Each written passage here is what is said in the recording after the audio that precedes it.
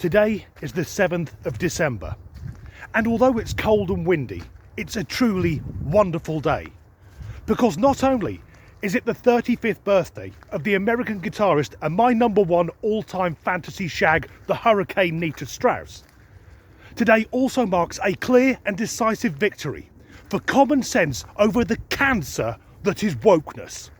Because despite walkouts, protests, numerous articles and endless fucking TikTok videos, the social media for the hard of thinking, in which woke people have been demanding a certain gentleman be cancelled, it's been confirmed that stand-up comedian Dave Chappelle is returning to Netflix to record another special, in what is symbolically a massive fuck you to all the screamy people.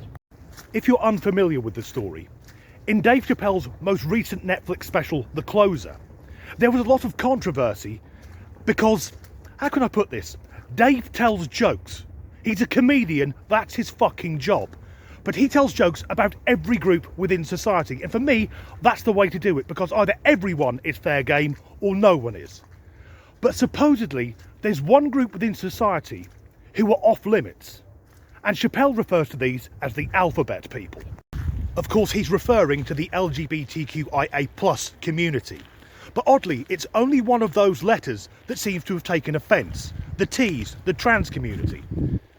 Now, I'm going to go out on a limb and say I don't believe the vast majority of trans people, certainly none of the ones I know, took offence at Chappelle's comedy routine. As ever, with everything woke, it'll be a tiny vocal minority and their toxic fucking allies. The vast majority of complaints came from those who attend the Church of the Eternally Offended. These half-wits who go out of their way to be upset about fucking everything. And with these people, we can tell two things. Firstly, we know they are too narrow-minded to understand another person's point of view. And secondly, we know they can't regulate their emotions. And this in turn tells us two things about their upbringing. Firstly, their parents didn't use the word no enough. And secondly, when they were children, they should have been fucking hit more. So what did Dave Chappelle say that was so offensive? Well, he said he agrees with J.K. Rowling that biology is fact, and that may make him Team TERF. He also said that a trans woman's vagina isn't the same as a biological woman's vagina, although that wasn't the word he used. The thing is, everything he said there, it would stand up in fucking court. The way in which the wokest members of society reacted to this was for the most part hilarious. For example, I saw a video of a guy who went to one of the demonstrations carrying a sign that said, "We love Dave." The mob descended on him and they pulled the end off the sign, leaving him just holding the pole. Whereupon they started screaming, "Look, he's got a weapon." And I watched a video recorded by an, let's say, individual. I've seen it, so you don't have to. I've suffered on your behalf. In which, whatever the fuck they were, stated, Dave Chappelle made fun of me for 37 minutes because I'm black, gay, queer and trans. And I watched that thinking, you can have whatever fucking job you want, because this they them could walk into any large corporation and the HR department would have a meltdown with all the boxes they could tick.